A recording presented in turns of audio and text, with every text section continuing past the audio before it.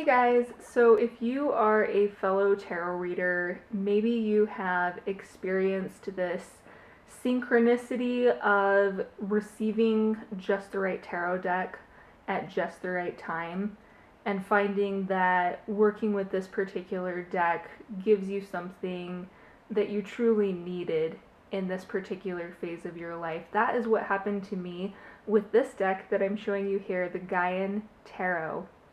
I was contacted by Joanna Colbert, the deck creator, and asked if I would be interested in receiving a copy of this deck and doing a review. So I took a look at some of the images online and I immediately could sense there was something special about this deck. So I said yes, and I received my copy of the Gaian Tarot, and I have been working with it for a week or two now. I have to say that this deck has a very healing energy to me, and in fact the tagline of the deck says, "Healing the earth, healing ourselves." Now what I mean by healing is more of an emotional, spiritual, psychological healing. This is a deck that I think provides a lot of soothing messages of comfort, especially as it pertains to the relationships that humans share with other humans, as well as the relationships that we share with all of life on Earth, so plants and animals and the elements. It's a very earth-based, spirituality-themed deck. It's been a beautiful thing for me to work with lately because there has been a lot of traumatic news happening in the world, and working with this deck has given me some interesting messages about very real and sometimes very hard aspects of humanity, such as racism, sexism, and violence.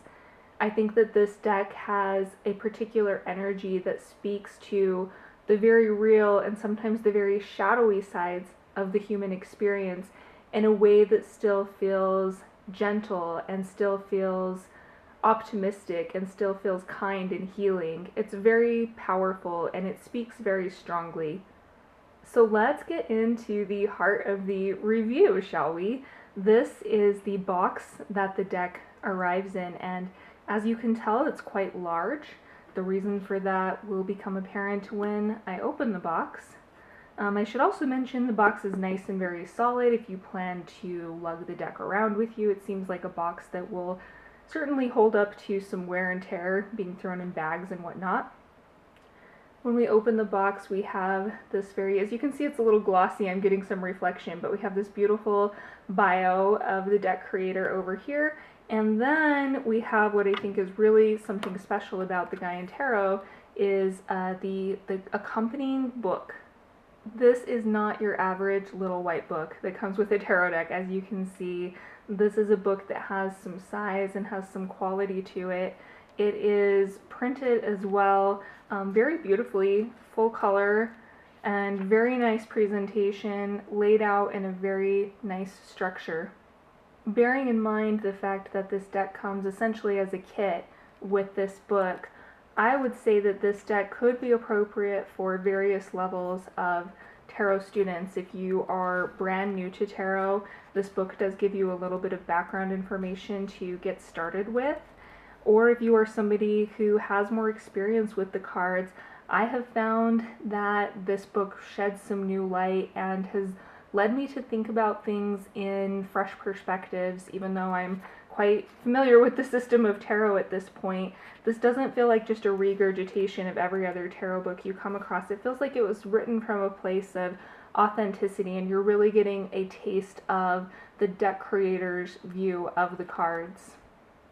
For each of the major Arcana cards, you're given sort of a general overview of the card. You're given some information on how the card could show up in a reading and what some meanings of the card could be, as well as the shadow side of the cards.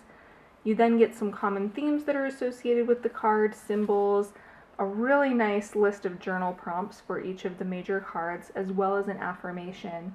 There's a lot of meat to work with in this book. This is a book that you could actually use to do some very serious soul diving and connect with the cards in really profound ways.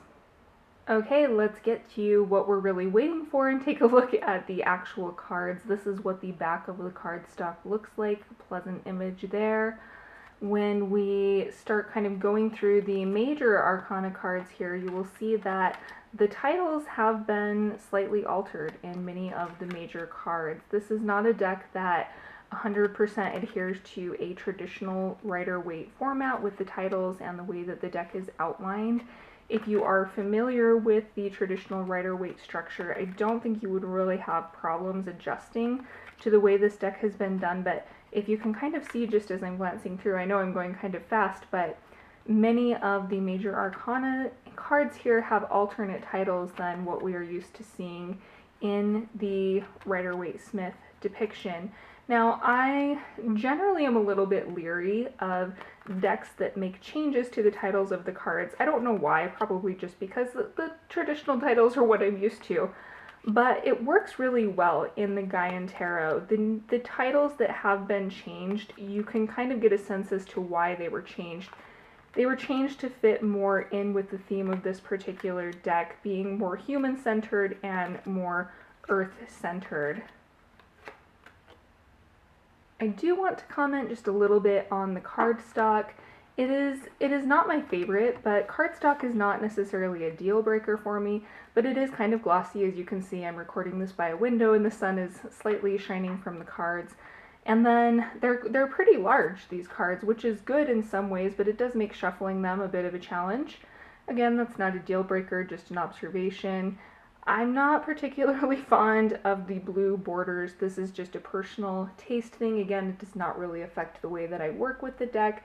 It's just not something that suits my style. I think it makes them look more like flashcards. Like I kind of feel like I should be learning my multiplication tables or something instead of reading a tarot deck. But again, these are all very minor criticisms. I'm just going to kind of start randomly going through here and showing you some of the minor Arcana cards. The suits go just by their elemental names in this deck. So we have fire, earth, water, and air. And as I'm just kind of flipping through and giving you a little bit of a sampling, hopefully you can kind of see some of the art style here. I wanted to mention, I think I would be remiss, frankly, if I didn't mention this, that if you spend a lot of time hanging out in the tarot community, if you're kind of familiar with that atmosphere online, you may have been aware of the hashtag #TarotSoWhite, which has been doing the rounds in recent months. With that in mind, this deck is a gorgeous example of a tarot deck that is very diverse in its portrayal of the human species. We have people of different ages. We have, of course, people of different genders. We have people of different skin colors. We have people of different weights.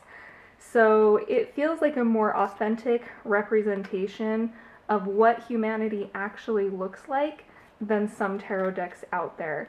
I think that's something that a lot of people in the tarot community have already been appreciating about this deck, and so if you've been looking for a deck that does have more of a cohesive representation of what humanity consists of, this is a deck you might be interested in working with. And here I've just laid out for you another quick sampling of a few cards that are some of my personal favorites. I do gravitate, it's kind of funny because I was just talking about humans in cards, and of course I gravitate slightly more to cards that don't have humans in general. A lot of my favorite decks lately do not contain human figures whatsoever. That being said, as I mentioned at the beginning of this video, this particular deck has a very human, not even very human, it has a very life on earth element to it. Of course, that ties into the title of the deck and the very theme that the deck is going for here.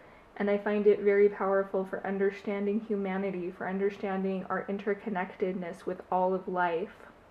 The artwork may not always be perfect in this deck, but that doesn't matter too much to me because the artwork always feels genuine.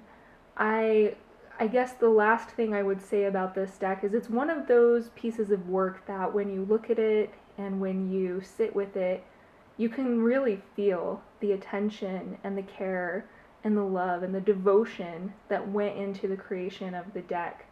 It certainly seems to be a project that was very dear to the artist's heart. This was not something that she rushed through. In fact, I believe, if I'm not mistaken, I think she said she spent 9 years working on these cards, and you can really tell that it is something that was done with a great amount of care and a great amount of respect for the art.